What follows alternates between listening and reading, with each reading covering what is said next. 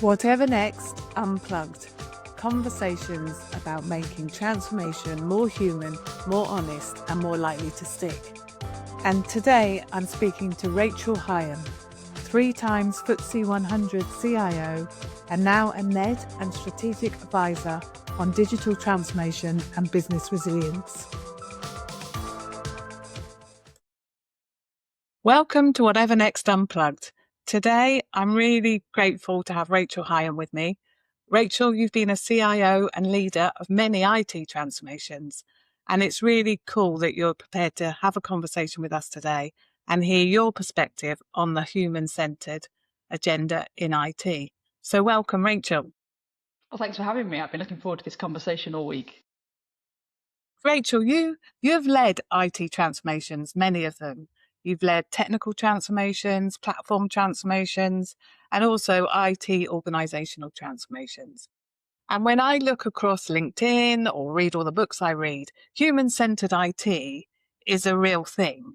There's a whole tribe of people progressing it. There's a whole movement wanting to get behind it. But in your experience, how far up the agenda does the human-centred side of IT fit when you come in and are looking at transforming IT for an organisation? I think it's very rare for it to exist before you arrive as a human-centered leader. I think you have to create the case for it, and you have to do that through role modeling and showing what the difference is. And for me, it's always started with helping the business understand the reality of running a complex technology organization, what that actually takes, the skills we need, why your decisions in the past have led to the complexity we see today, and how we need to resolve those. And then on the flip side, helping technology teams deeply understand the lived experience of the people they serve, which are, the colleagues in the business and also the end customer, whoever that might be. So creating a common language through actually business architecture and through human-centered design so that it can speak the same vocabulary and talk about actual human outcomes of the technology services that they're designing and maintaining and transforming. It sounds in that conversation, Rachel, a common thing we hear about is technical debt. And you just explained there that, educating the business on the legacy of what exists in the estate today, and then also educating the IT organisation about the lived experience of the human side. It sounds, I'm just thinking aloud, but it sounds as if we've got technical debt, but we've also got a bit of human-centred debt. Not a bit, but quite a bit of human-centred debt in our organisations that maybe people don't see. And you're suggesting that the business leaders don't see it and the IT organisation don't see it until you show up? Yeah, you're right. I think the gap is often a chasm, and it can take a couple of years to actually close that gap. And even months before the business is prepared to have technology teams embedded with them in their spaces. Far too often I see technology organizations out in some remote town away from the rest of headquarters or the rest of the operational beating heart of the organization. And that separation causes separation in understanding, which is a real issue. I think technology teams have to be co-located and embedded with business colleagues so that they can observe outcomes, they can spot opportunities, solve problem spaces, etc. I think the gap in understanding isn't because people don't care. I think it's because the system isn't yet designed to reward the behaviors we say we value. Being human-centered in IT isn't a methodology, it's actually a stance, it's a belief that technology is at its best when it honors the people it touches, when it truly understands that organizations are complex, they're messy, they're emotional. But I think if we really lean into driving human-centered IT, it's the most meaningful work we can do. Organizations still operate on patterns built for scarcity and risk aversion and control. And those patterns don't just disappear because we've added the word human in front of IT. People are exhausted by transformation. I think when the rhetoric around human-centered design is warm, and then they go back out into the organization and it's cold and it's KPI driven, there's an emotional gap there, and people stop trusting that human-centeredness can actually make a difference. You can't just add humanity as a feature. You've got to deeply listen. You've got to learn how to prioritize, how to make decisions that consider impact beyond just efficiency or just revenue growth. So I've spent an enormous amount of time creating a common language framework, an experience framework that means business and IT folks can come together in a space and go on that learning journey together. Yeah, and I think that whole IT transformation as well, you've pointed to it in terms of, let's say, outsourcing, offshoring, and streamlining IT organizations that started 20 years ago and was the transformation of its time. It was taking that IT internal shop really and outsourcing it. And actually, if I go back to the beginning when I started in IT, we were actually bespokely developing our own applications and working closely with the business and, coding exactly how Zurich Insurance was working in our systems. And it's as if all the IT transformations that have come before have actually dehumanized IT from the business. It's taken it out, it's shoved it out to offshore. It's, as you said, driven efficiency, driven KPI, brought in platforms that are potentially industry leading, but not necessarily company leading. And maybe, again, that's why other parts of the organization don't have this human centered label in the same way. If I go to HR, they don't talk about becoming more human centered. If I go into operations, they don't talk about being more human centered. Well, I don't think they do. I mean, maybe they do, but I'm I've focused not on experienced it yet. and yet, when it comes to IT, there's a band of people who have woken up to maybe the disconnection, maybe to the dehumanization. And that band of people are trying to make a difference. But there are barriers, there are challenges. And you mentioned the word, it's a chasm. And that sounds scary. It doesn't sound messy, it sounds scary for anybody to jump into there and solve it. What sort of people do you see shouting about that and wanting to close it? Where are those people coming from? What are their backgrounds? What characteristics do they have? Yeah, you're right. It's very lonely work actually when you're pushing uphill or trying to, build a bridge across a very dark chasm that's existed for a long time. So the people I see doing the best work in this space are naturally very resilient. They have a strong internal belief that this is the right thing to do, and that's often come from the way they've grown up, the people they've had around them. They're often people who've spent time in the not-for-profit world or in more socially purposeful organizations, even things like building societies or mutual societies, etc. They're people who have a very strong sense of their own values, a very strong understanding of their own biases and where their perspective on design and human centeredness comes from, and hold that very strong.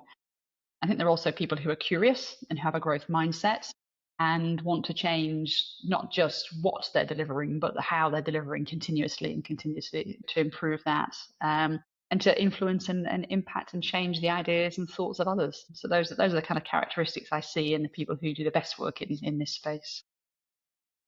And, I think all of those characteristics are true. They turn up, they show up, they are passionate, they believe in that change. And then the transformations take time. We're not looking at quick fix, we're looking at multi-year.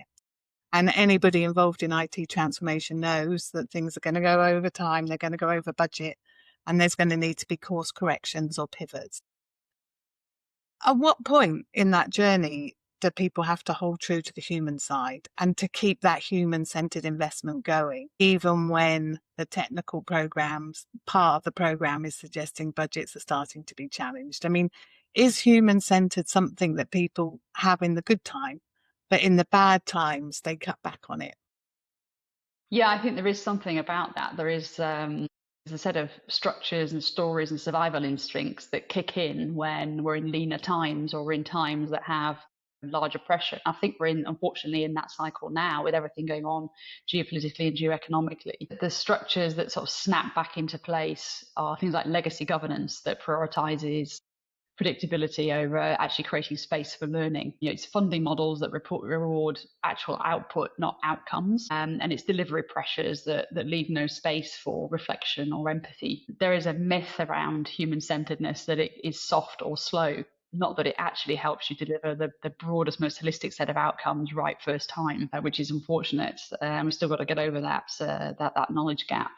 There's a belief that control and command and control equals safety.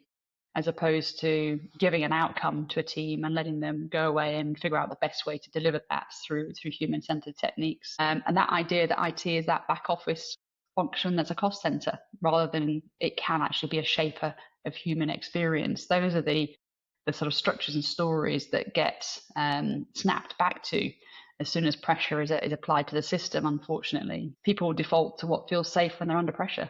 They know that command and control gets them through a difficult period. They know that focusing on cost rather in the exclusion of all other outcomes, gets them through as well. So teams fear that slowing down and taking time to listen and to engage in a different way will not be rewarded. It'll be interpreted as inefficiency and poor performance.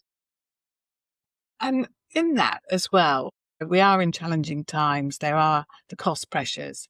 There is the tendency to cut back and be lean on our discipline, and our discipline is the technology. The human side is something we need to embrace, but our core competency is technology. But when you have seen those technology teams, you talked earlier about the business and educating the business on the technology debt and the legacy decisions. And you also talked about the technology teams. When you have seen the movement start around human-centered in those technology teams, do you see any difference in the motivation or the way that those technology teams are working? I mean, you talk about openness and giving people space versus command and control. What two things have you seen in those sorts of teams when there's been command and control and then openness for those technology teams? For me, the biggest shift has been almost the blinkers coming off. I've seen technology teams, particularly those that are offshore or outsourced, being used to having a very transactional relationship with the business. Requirements or even solutions are given to them to create and deliver. When human-centered design is embraced by both sides of the equation, you end up with a very deep collaboration where the solution becomes better and better because of the different perspectives and lenses that the broader group of people bring on it. And that collaboration isn't just in the requirement definition phase, it's actually all the way through, because they're adopting more iterative ways of working, more agile ways of working, and that engagement and collaboration persists all the way through the delivery journey. And so the outcome is better and fits the requirement better because it's delivered faster, but also it supports all of the human factors that are needed to make sure that that solution is adopted at scale and delivers all of the outcomes it can. So that's the first big shift. I think the second is technology teams start to get a real sense of ownership and passion about the outcomes they're delivering as opposed to the code they're writing or the test scripts they're developing, because they now understand that the application they're building will affect 38 million people living in their homes, using a device or using a service. They understand when they're using that service, what they're trying to achieve. I've always used persona definition and the motivation model, which captures what each persona is thinking, feeling, hearing, seeing, and doing before and after the change is delivered. And it just brings that human quality to life that I think a lot of technology teams have had beaten out of them over years. And it's much easier to identify and be proud of the work you're doing when there's a human outcome that you can touch and feel at the end of it. And that thing about being dehumanized to becoming more humanized, and that thing around being a code cutter to being something that you deliver that has positive outcomes. I can't have a podcast without talking about AI. And in some ways, that AI era is bringing a more human. I feel when I'm having a dialogue with an AI engine, it feels far more human. And how I approach my work with AI and agentic AI feels human. It doesn't feel like saying if then else. It feels a more human environment. Do you feel that as engineers start to embrace the world of AI, that will also mean that that human side of understanding needs to be more prevalent compared to the transactional side? I do deeply, actually. I think this is a real moment for human-centered design to come back in again as a pivotal technique and set of skills and experience. I think It's the only thing that will stop agentic AI from becoming technically impressive but socially unlivable. That will only happen if it's not just a soft layer you add at the end of building an AI solution. It has to be a discipline that ensures that agentic AI solutions amplify human capability rather than eroding it. It can be used to shape the boundaries of autonomy. We shouldn't be asking what the agent can do. We should be asking what should the agent do and why, to ensure that we're clear on the role AI should play and what the human is actually trying to achieve. You're preventing that autonomy for autonomy's sake. It's got to also, I think, define the emotional experience of delegation. Humans are worried about the loss of control, about the loss of competence, about being bypassed, about being judged by an algorithm. If we make those emotions visible early through human-centered design, we can make sure that adoption isn't derailed later. I think there's also, human-centered design has to be the main lever we pull to make sure that people trust the outcome and the solution, and therefore adopt it and embrace it and work with it as opposed to against it. And you said earlier, we touched on technical debt, we touched Mhm. on sort of that human debt and the waves of IT transformations that have come before us. In some ways, all of those waves that have come before us are going to hold us back to achieving those outcomes that you just said. It feels as if there is already this chasm, as you've said. Technology is moving exceptionally fast.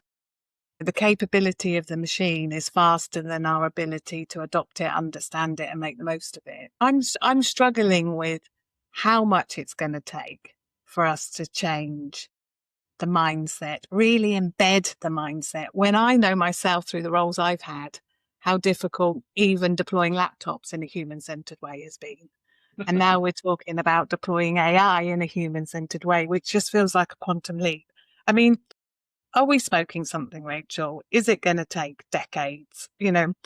Is it buzzwords, or can we really make it happen? We can, but I think it's going to require government, boards, executive teams, not just the CIO, to lean into this space. A CIO cannot make this shift on their own. And I think agentic AI is in danger of being seen as another tech issue to solve. And it isn't. It has the opportunity to reinvent the entire operating model, the entire business model. It's a whole business transformation. I think the moment that executive committees and boards embrace that is the moment that the CIO has got the support they need to make the organization-wide cultural mindset and behavioral changes that are needed to really lean in and ensure that the AI is delivering great outcomes that are equitable, that are accessible, that are ethical, sustainable, and have a real commercial impact. And that's going to take effort, isn't it? We've had other technology sort of eras that have said the same. Mm-hmm. And we do look to the boards and we do look to our peer groups sitting on the table to understand this, to influence it, to make the challenges the right ones. In terms of some of the other podcasts I've had, they've talked about the younger generation, the future, those that are grown up digital natives, are coming into the organizations with passion, with enthusiasm, and want to make a difference. I mean, this is probably an angle we probably haven't discussed before, but do you think people are doing enough to bring in that younger, less experienced generation of work, but maybe more experienced in the digital world that we will grow up in and evolve into?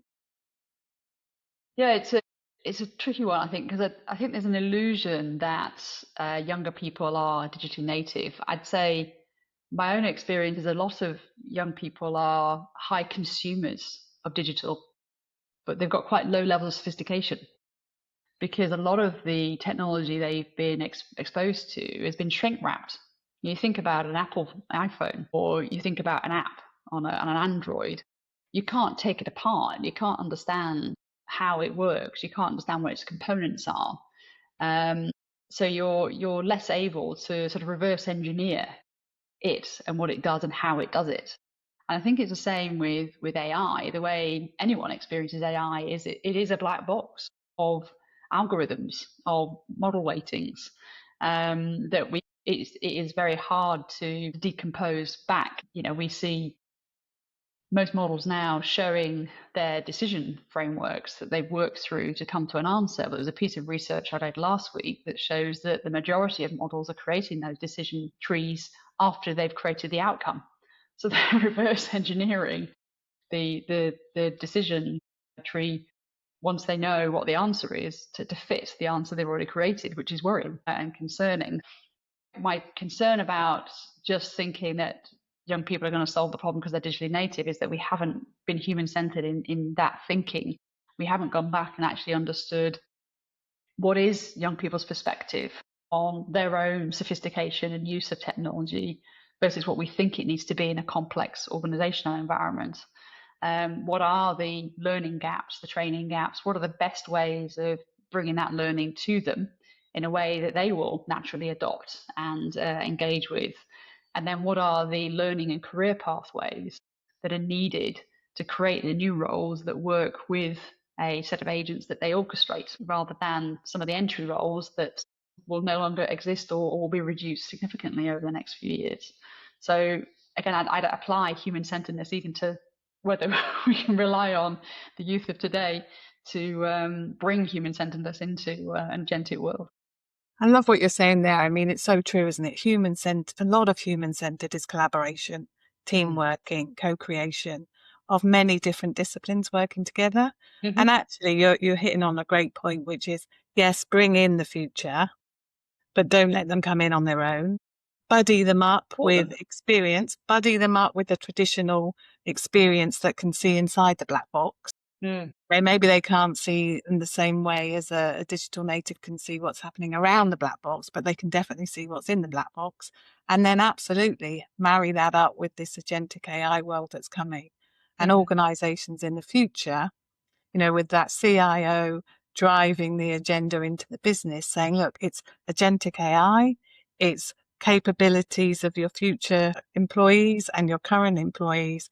And it's really the way we work around here needs to change, which is all where human-centered starts. It is all about ways of working, listening, hearing, as you said, what are people saying, what are you seeing, what are they hearing, what are they doing, all of that stuff.